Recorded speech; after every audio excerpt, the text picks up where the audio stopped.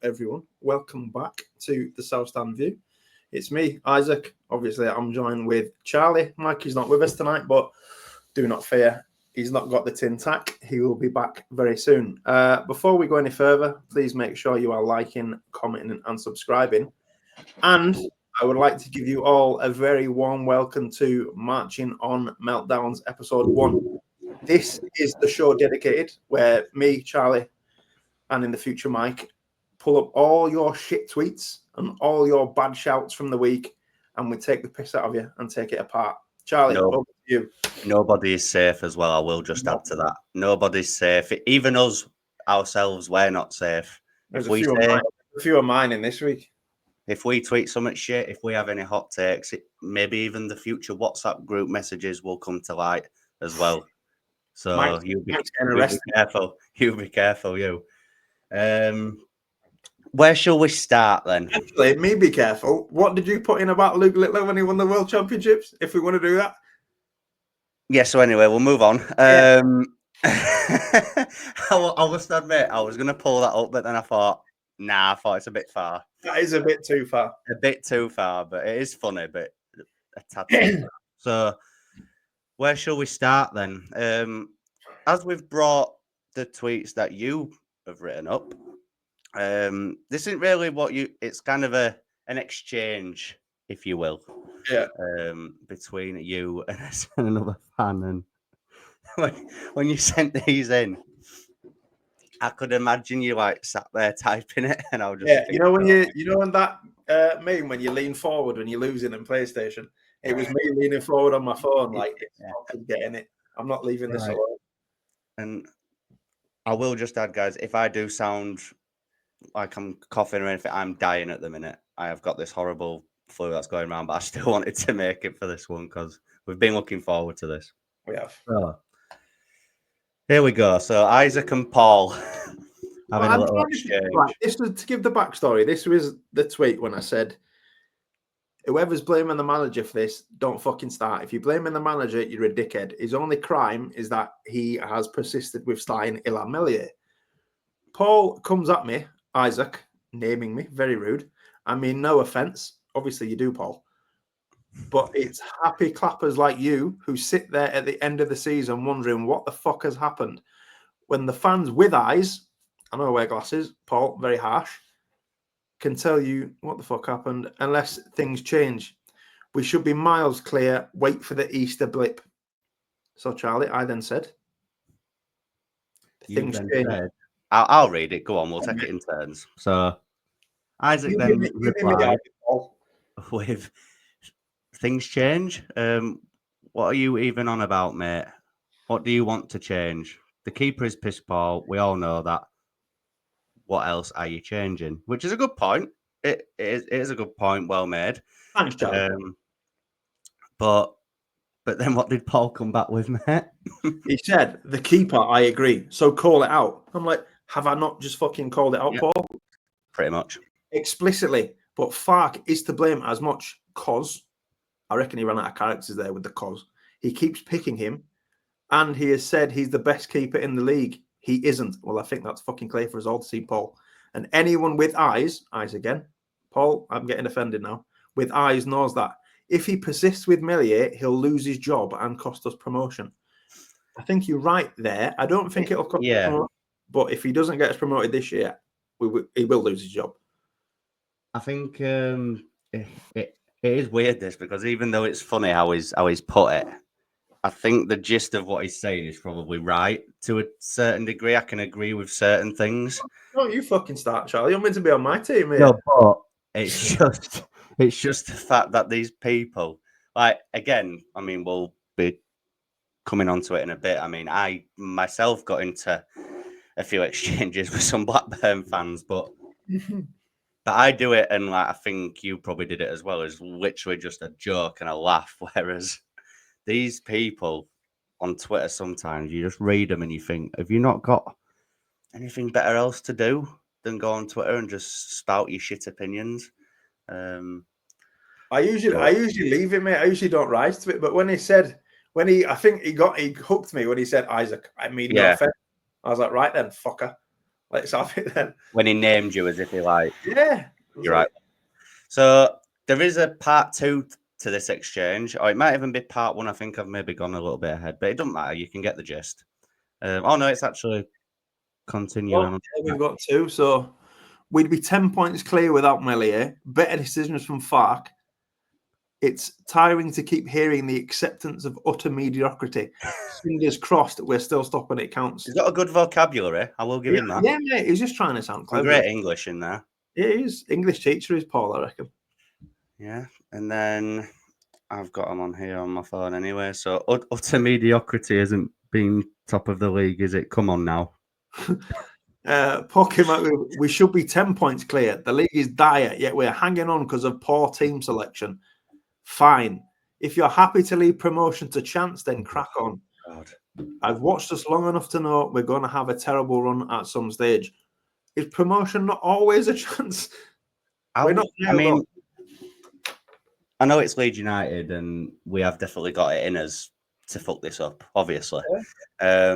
But the fact that he thinks he can like predict the future and that he just knows and it's nailed on that we are going to fuck it up is just insane. I mean, like I said, the points he's briefly made about the keeper, and I think you made the points on that as well. Yeah, that's fair, 100%. Yeah.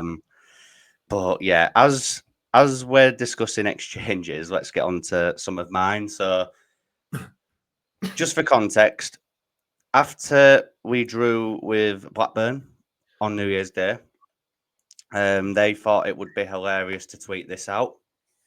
Hang it in the Louvre. Hang it in the Louvre. Draw.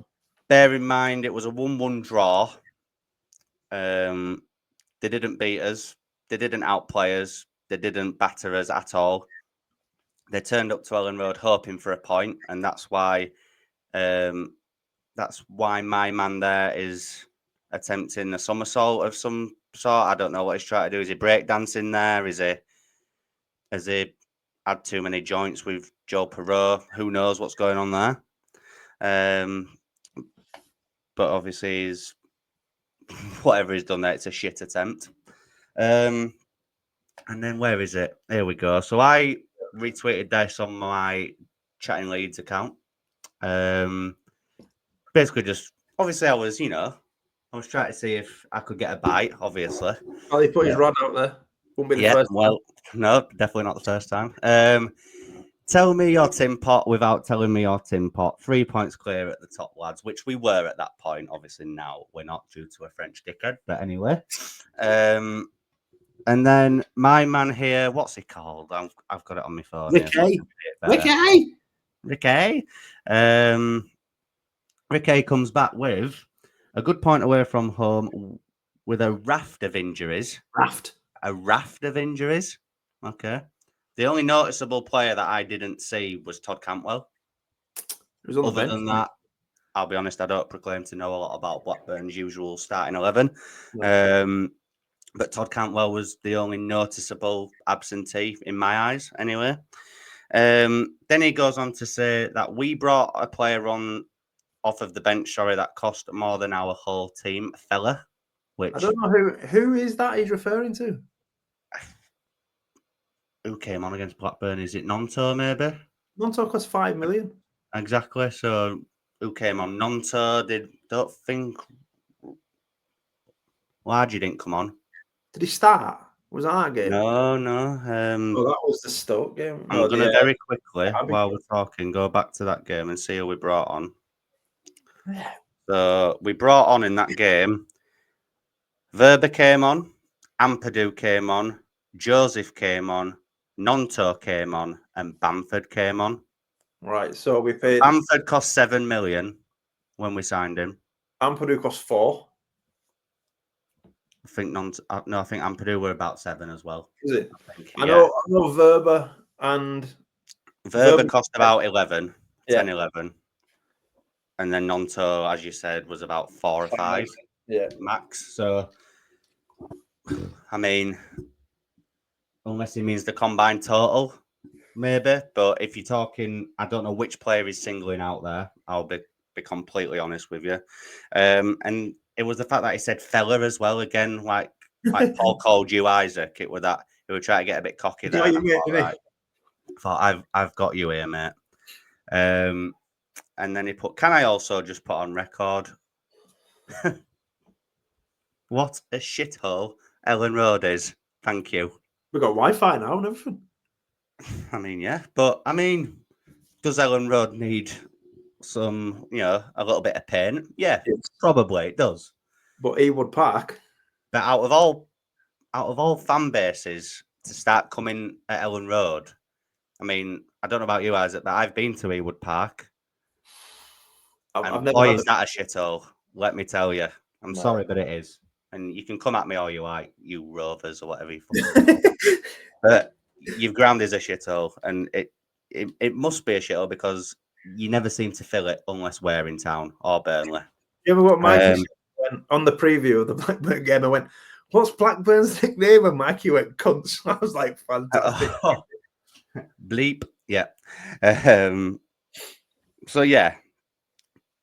That was just me putting a Blackburn fan in the bin. There was a few more.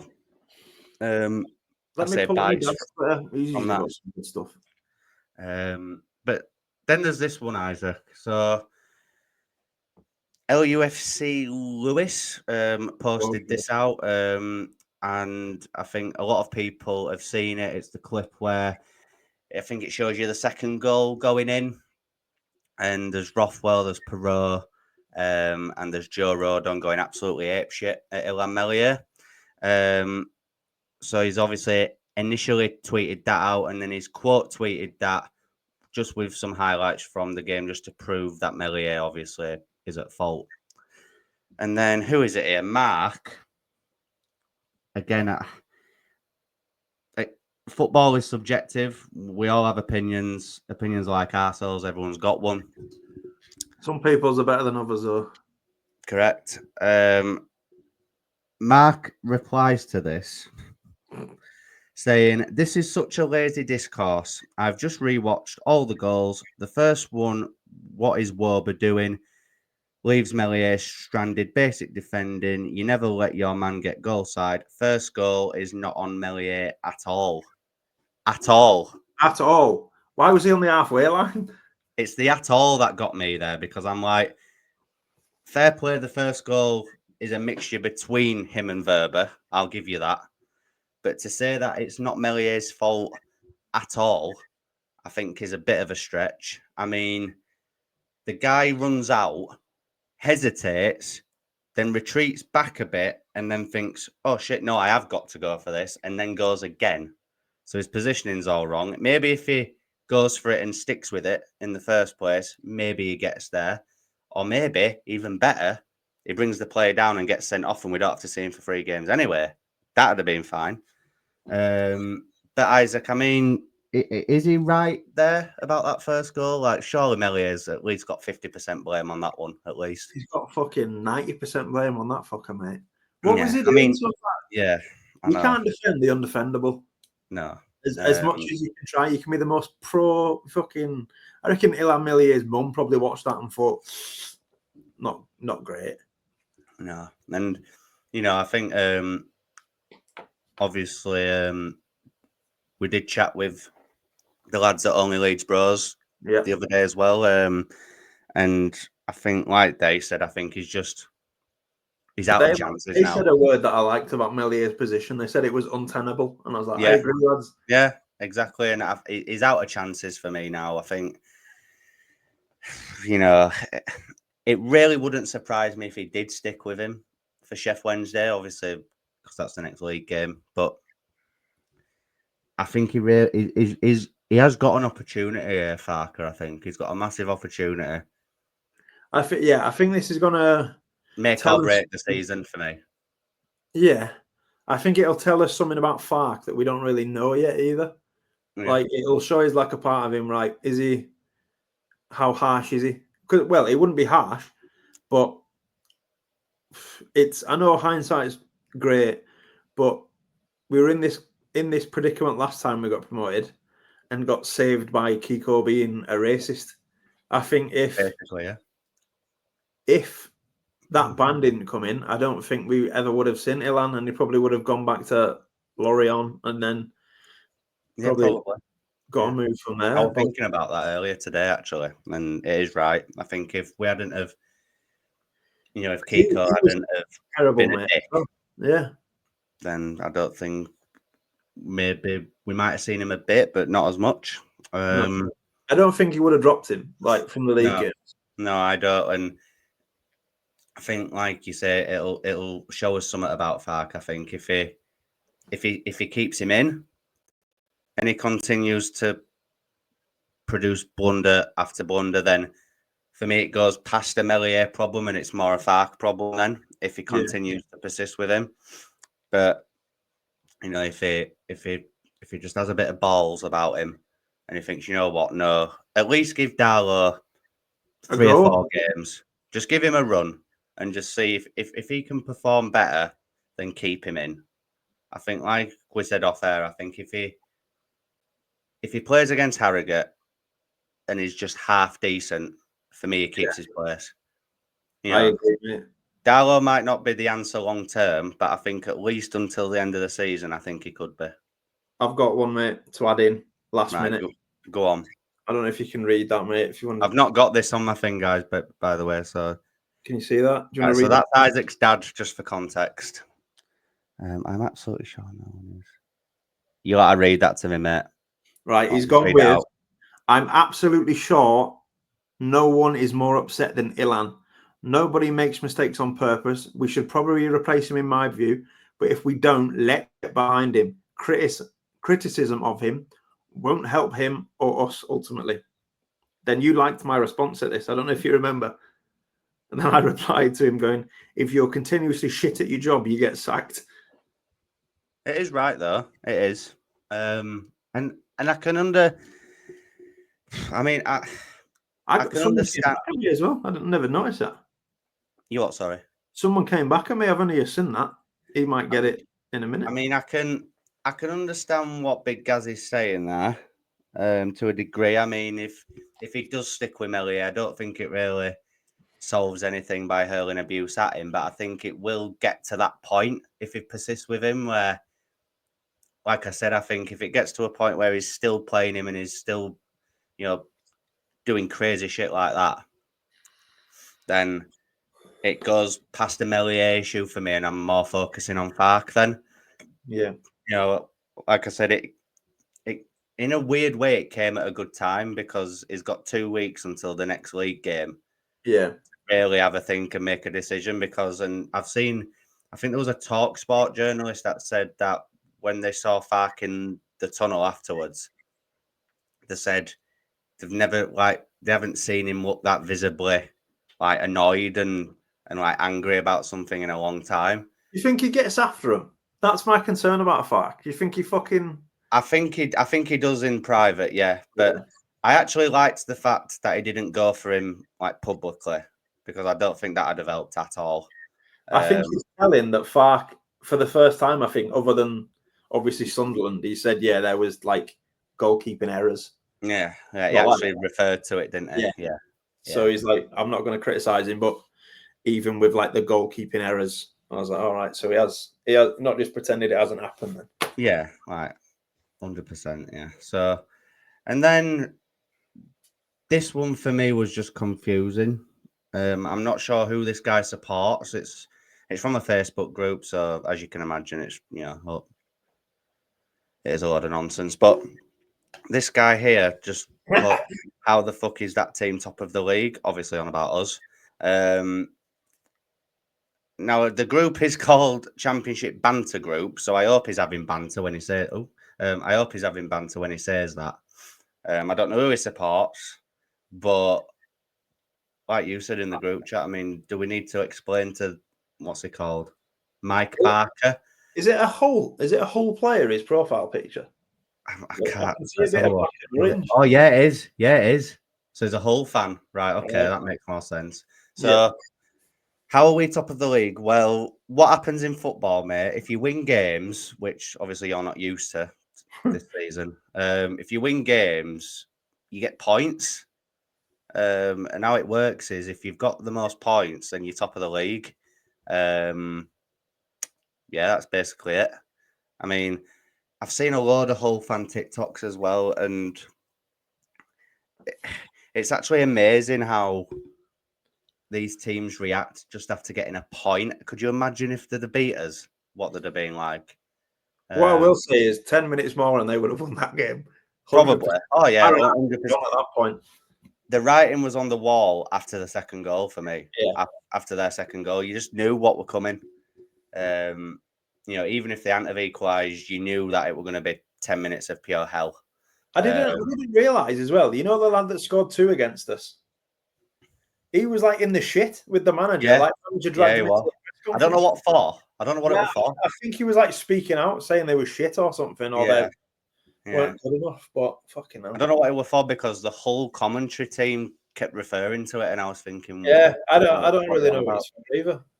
But fair play to him. He took his goals well, but the amount of Hull TikToks that I've seen where it's obviously Leeds are falling apart in background, I'm just like, mate, you're in the bottom 3 and we're top of the league, albeit we are only by a point, but we are still top of the league. Would they swap places of us, Charles? Yeah, they fucking would. Exactly. Of course they would. And let's be honest, for the majority of that game, they weren't great either. No. We gave them 3 goals, man. Not we. There was one individual who gifted them, because I've seen people tweeting as if Leeds were poor and that we as a collective gifted them that. I'm like, no. Mate, at 3-1, we were having the conversation in the group chat that it was job done. On to the next one. I was buzzing to come on to do the podcast afterwards. I was thinking, and a nice Tanaka goal.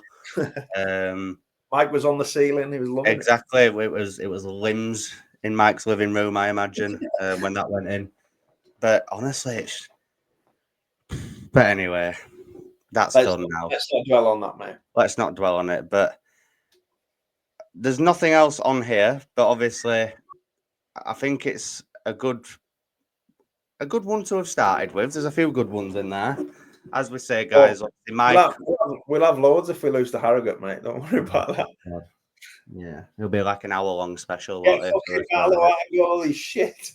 But yeah, but obviously, I think once Mike's back, we'll obviously have a lot more to go through as well, which will be better. It was actually Mike's idea to do this type of video, so it's a shame that he couldn't make the first one. But sometimes life gets in the way, doesn't it? But he will be back, like Isaac said. He hasn't been sacked or anything. He's not been disciplinary. Yeah, that's it. But like I say, hope you've enjoyed the first episode of the Matching on Meltdown show. Like we've said, guys, if you see any, funny photos, any memes, any tweets, TikTok comments, Instagram, and anything that you see on socials that you find funny, it doesn't even need to be Leeds United. And the fact that I've just said that has just reminded me of there is one that we've not shown because it isn't Leeds United. Well. I thought you left it out on purpose. Yeah, no, I've just remembered, so I do apologise, but everyone's seen this one, but we all found it hilarious. Neil Maupay is the ultimate shithouse. I'd love it if he played for us. I would fucking love it. Yeah. Bear in mind as well, just for context, for those of you who don't know, Neil Maupay is actually on loan at Marseille, I think, from Everton. He's doing everything he can not to go back, isn't he? He's still on Everton's books. He is an Everton player. And he's put, whenever I'm having a bad day, I just check the Everton score and smile. And I like how the top comment is Tony Bellew putting prick. He better not bump into old Tony for a while, I don't think. I think Tony will set about him, put it on his toes. Like Isaac said there, I think Neil Maupay is one of them players where if he's on other team, you absolutely despise him. Remember when he died? But if he's for you, I bet it's fucking mint having him on your team. Unless he plays for Everton, then it obviously unless he play. Could you imagine if that was Jack Harrison saying, whenever I'm having a bad day, I check the Leeds score and smile? I'm like, yeah, Liverpool's not too far away from Ellen Road. I don't think he'd have the bollocks, mate. But no, he might be coming back, mate. So I've heard. What do you reckon? let's not bring it onto a downer by speaking about him coming back. Solomon will get recalled by Spurs, and we'll end up with Jack Harrison playing on the left. Fantastic news. Don't speak that into existence. But anyway, that is definitely it now for this episode of Marching on Meltdowns. We really hope that you've enjoyed it. We'll try and get this out at least once a week, so that we've got plenty of time to obviously scour the internet for all of your shit opinions and all of your hot takes. Like we said at the beginning, nobody's safe. If you do see anything that maybe we've not seen, then get in touch with us at the South Stand Pod on Twitter and Instagram and all of the socials, and we'll maybe include them if we like. Mike on TikTok as well. Yeah, we'll get Mike to check the TikTok as well. So yeah, Joe Tiffany's definitely not safe this time of year. Joe Tiffany will definitely be getting it next week, 100%. So, like I say, guys, hope you've all enjoyed it. Make sure you're liking, you're commenting, and you're subscribing, and we'll see you for the Harrogate preview in a few days. Cheers.